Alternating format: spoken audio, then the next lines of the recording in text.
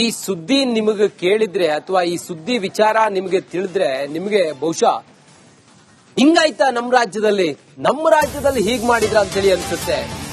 ಬಹುಶಃ ನಿಮ್ಗೆ ಸಿಟ್ಟು ಬರಬಹುದು. ಒಂದೇ ಮಾತರಂ ಭಾರತ್ ಮಾತಾ ಕಿ ಜೈ ಅಂತೇಳಿ ಘೋಷಣೆ ಕೂಗಿದ್ರು ಅನ್ನೋ ಕಾರಣಕ್ಕೋಸ್ಕರ ಬೆದರಿಕೆ ಹಾಕಿದ್ದಾರಂತೆ. ಸ್ವಾತಂತ್ರ್ಯ ದಿನಾಚರಣೆಯಂದು ನಡೆದಂತ ಘಟನೆ ತಡವಾಗಿ ಬೆಳಕಿಗೆ ಬಂದಿದೆ. ಬೀದರ್ನ ಚಿಟ್ಟಗುಪ್ಪ ಪಟ್ಟಣದ ಶಾಹೀನ್ ಕಾಲೇಜಿನಲ್ಲಿ ಘಟನೆ ನಡೆದಿದೆ. ಪ್ರಾಂಶುಪಾಲ ಅಬ್ದುಲ್ ಹಕೀಂ ವಿರುದ್ಧ ವಿದ್ಯಾರ್ಥಿ ತಂದೆ ದೂರು ಕೊಟ್ಟಿದ್ದಾರೆ. ಒಂದೇ ಮಾತರಂ ಭಾರತ್ ಮಾತಾ ಕಿ ಜೈ ಎಂದಿದ್ದನಂತೆ ವಿದ್ಯಾರ್ಥಿ.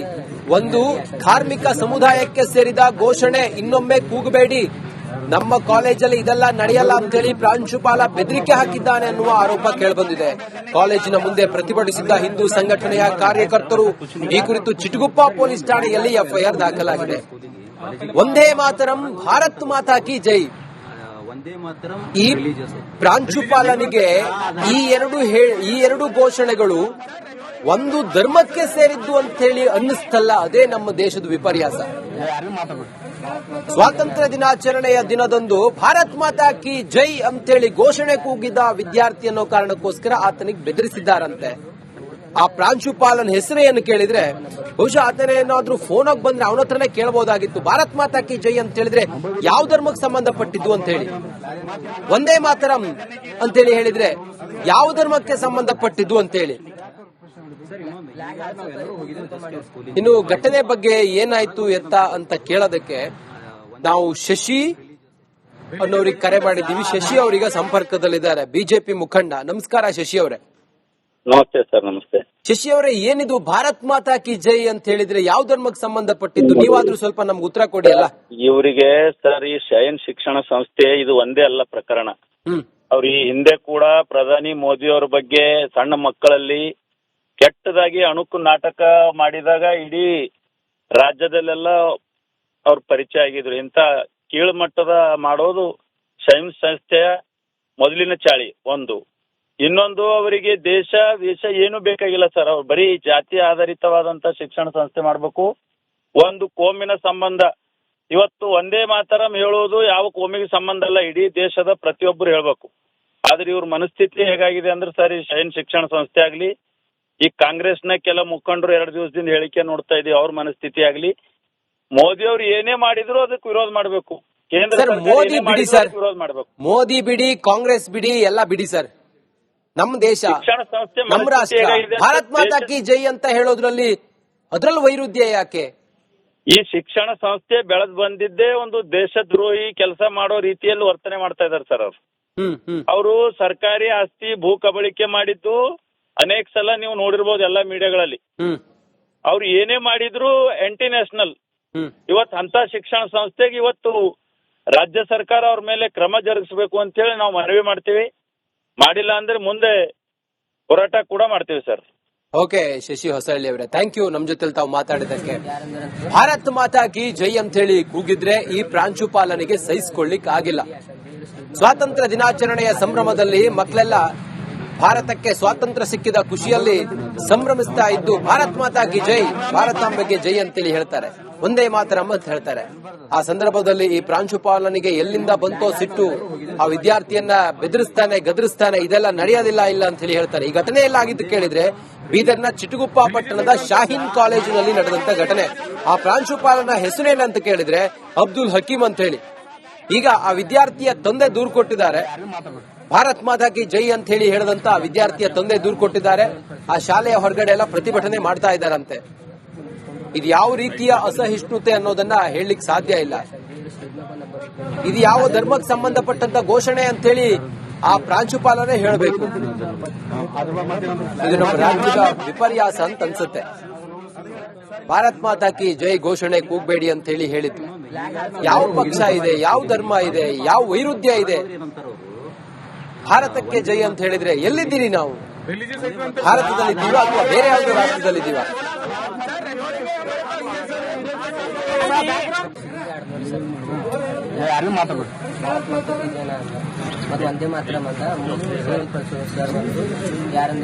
ಆ ಶಾಲೆಯಲ್ಲಿ ಹಾಗಾದ್ರೆ ಆ ವಿದ್ಯಾರ್ಥಿಗಳಿಗೆ, ಆ ಶಾಲೆಯಲ್ಲಿ ಕಲಿತಿರುವಂತ ವಿದ್ಯಾರ್ಥಿಗಳಿಗೆ ಆ ಶಾಲೆಯ ಶಿಕ್ಷಕರು ಏನ್ ಪಾಠ ಪ್ರವಚನ ಮಾಡ್ತಾರೆ? ಹಾಗಾದ್ರೆ ದೇಶದ ಬಗ್ಗೆ ಅಭಿಮಾನವನ್ನ ಹೇಳಿಕೊಟ್ಟಿಲ್ಲ ಅಥವಾ ದೇಶದ ಬಗ್ಗೆ ಗೌರವ ತೋರುವಂತ ಮನಸ್ಥಿತಿಯ ಬಗ್ಗೆ ಆ ಶಾಲೆಯ ಪ್ರಾಂಶುಪಾಲರೇ ಇಲ್ಲ ಅಂತ ಹೇಳಿದ್ರೆ ಬೇರೆ ಶಿಕ್ಷಕರು ಅಲ್ಲಿ ಕಲಿತಾ ಇರುವಂತ ವಿದ್ಯಾರ್ಥಿಗಳಿಗೆ ಏನ್ ಪಾಠ ಹೇಳ್ಕೊಡ್ತಾರೆ? ದೇಶದ ಬಗ್ಗೆ ಗೌರವ, ದೇಶದ ಬಗ್ಗೆ ಅಭಿಮಾನ, ದೇಶಭಕ್ತಿ ಇಂಥದ್ದನ್ನೆಲ್ಲ ಕಲಿಸಬೇಕಾದಂತ ಶಾಲೆಯಲ್ಲಿ ಇಂಥದ್ನೆಲ್ಲ ಕಲಿಸ್ಕೊಡ್ಬೇಕಾದಂತ ಶಾಲೆ ಇವತ್ತು ಭಾರತ್ ಮಾತಾಕ್ಕೆ ಜೈ ಅಂತೇಳಿ ಹೇಳಿದ್ರೆ ಹೇಳಬೇಡಿ ಇದು ಒಂದು ಧರ್ಮಕ್ಕೆ ಸಂಬಂಧಪಟ್ಟಿದ್ದು ಅಂತ ಹೇಳಿ ವಿದ್ಯಾರ್ಥಿಗಳ ಮನಸ್ಸಿನಲ್ಲಿ ವಿಷಬೀಜವನ್ನ ಬಿತ್ತುವಂತ ಪ್ರಯತ್ನ ಮಾಡ್ತಾ ಇದೆಯಾ? ಇದನ್ನೆಲ್ಲ ನೋಡ್ಕೊಂಡು ಅಲ್ಲಿನ ಸ್ಥಳೀಯಾಡಳಿತ, ಜಿಲ್ಲಾಡಳಿತ, ಈ ಸರ್ಕಾರ ಯಾಕೆ ಸುಮ್ಮನೆ ಇದೆ? ಇದ್ಯಾವುದೇ ರಾಜಕಾರಣ ಮತ್ತೊಂದು ಏನೂ ಅಲ್ಲ, ಇದು ದೇಶದ ವಿಚಾರ. ಮಲ್ಲಿಕಾರ್ಜುನ್ ಮರ್ಕಲೆ ನೇರ ಸಂಪರ್ಕದಲ್ಲಿ ಜಾಯ್ನ್ ಆಗಿದ್ದಾರೆ. ಮಲ್ಲಿಕಾರ್ಜುನ್, ಸ್ವಾತಂತ್ರ್ಯ ದಿನಾಚರಣೆಯ ದಿನದಂದು ಬೀದರ್ನಲ್ಲಿ ಆಗಿರುವಂತಹ ಇದೊಂದು ಘಟನೆ ಇದೆಯಲ್ಲ, ಬಹುಶಃ ಯಾರೂ ಇದನ್ನು ಒಪ್ಲಿಕ್ಕೆ ಸಾಧ್ಯವೇ ಇಲ್ಲ. ಏನಂತಾರೆ ಸ್ಥಳೀಯರು, ಏನಂತಾರೆ ಈಗ ಶಾಲೆಯ ಆಡಳಿತ ಮಂಡಳಿ? ಈ ಹೊತ್ತಿಗಾದ್ರೂ ಆ ಪ್ರಾಂಶುಪಾಲನಿಗೆ ತನ್ನ ತಪ್ಪಿನ ಅರಿವು ಆಗಿದೆಯಾ? ಹೇಗೆ, ಏನಾಯ್ತು? ಹೆಚ್ಚಿನ ಮಾಹಿತಿ ಏನಿದೆ ಮಲ್ಲಿಕಾರ್ಜುನ್?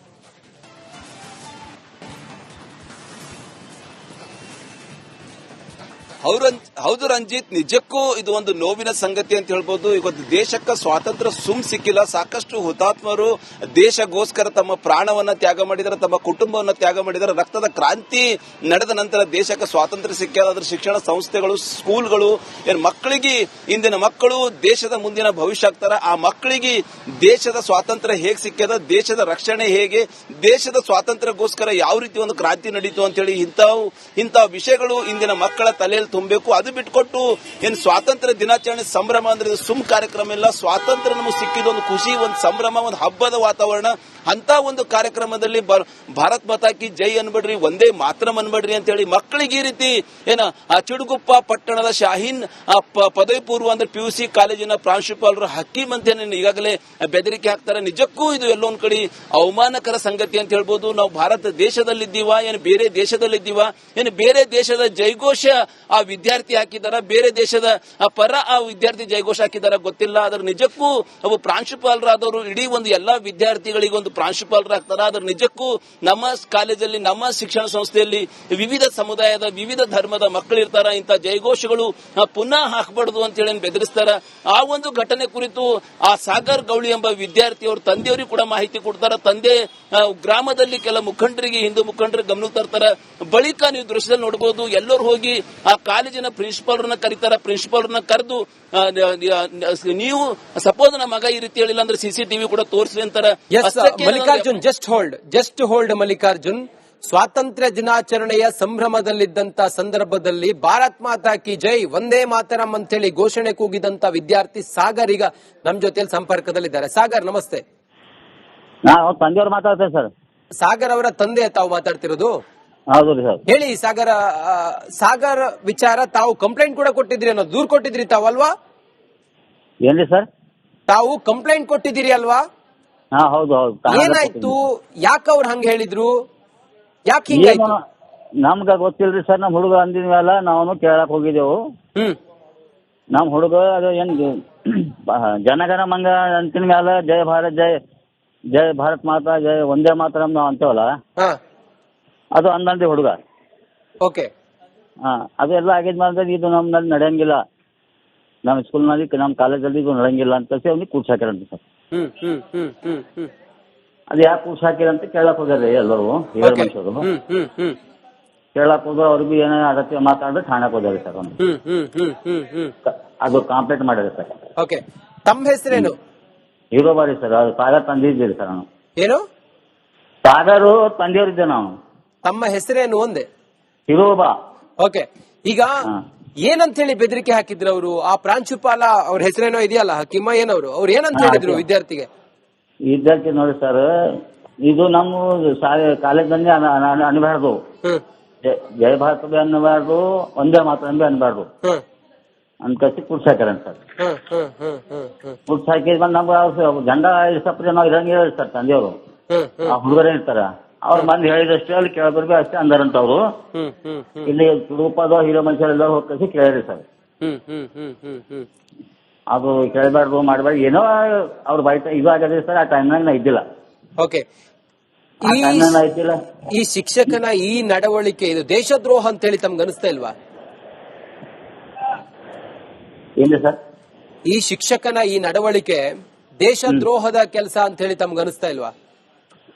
ಅದು ಅನ್ಸಿಸ್ತಲಾಗೆ ನಾವು ಇದು ಮಾಡ್ದೇವ್ರಿ ಸರ್. ಕಂಪ್ಲೇಂಟ್ ಕೊಟ್ಟಿದ್ ಮತ್ಲಬ್ ಏನದ ಸರ್, ನಾರ ಇದ್ದಿಲ್ಲ ಟೈಮಿಗೆ ಸಂಜೆ ಪರಿ ನಾವು ಪೊಲೀಸರು ಎಲ್ಲ ಸರ್ಕಲ್ ಸಾಬ್ರು ಅವರೆಲ್ಲ ಕರ್ಸಿರು. ಓಕೆ, ಆ ಹುಡುಗ ಸಣ್ಣವನ, ಅವ್ನ ಸಿಗ್ನೇಚರ್ ನಡಂಗಿಲ್ಲ, ನಿಮ್ ಸಿಗ್ನೇಚರ್ ನಮ್ಗೆ ಬೇಕು, ನಮ್ಗೆ ಕೇಳೋರು ಇರ್ತಾರೆ ಮ್ಯಾಲ ಹಾಕಿಸೋರು. ಇದಾದ ನಂತರ ಆದ್ರೂ ಕ್ಷಮೆ ಕೇಳಿದ್ದು ಅಥವಾ ತಪ್ಪಾಯ್ತು ಅಂತ ಹೇಳಿ ತನ್ನ ತಪ್ಪನ್ನ ತಿದ್ದುಕೊಂಡಿದ್ದೇನಾದ್ರೂ ಆಯ್ತಾ ಅಥವಾ ಇನ್ನೂ ಹಂಗೆ ಇದಾರೆ ಅವ್ರು? ಈಗ ಸದ್ಯಕ್ಕೆ ಇಂಥ ಟೈಮ್ ಆಯ್ತು, ಅವ್ರು ನಮ್ಗೆ ಏನಂದಿಲ್ಲ, ನಾವು ಅವ್ರಿಗೆ ಏನಂದಿಲ್ಲ, ಕಂಪ್ಲೇಂಟ್ ಕೊಟ್ಟಿದ್ರು ಬಂದಿರೋ ಸರ್ ಮನೆಗೆ. ಕಂಪ್ಲೇಂಟ್ ಕೊಟ್ಟು ಬಂದಿದ್ದೀರಿ? ಹೌದ್ರಿ ಸರ್. ಅದಾದ ನಂತರ ಆ ಶಿಕ್ಷಕನ ಸಂಪರ್ಕ ಮಾಡಿಲ್ಲ ತಾವು?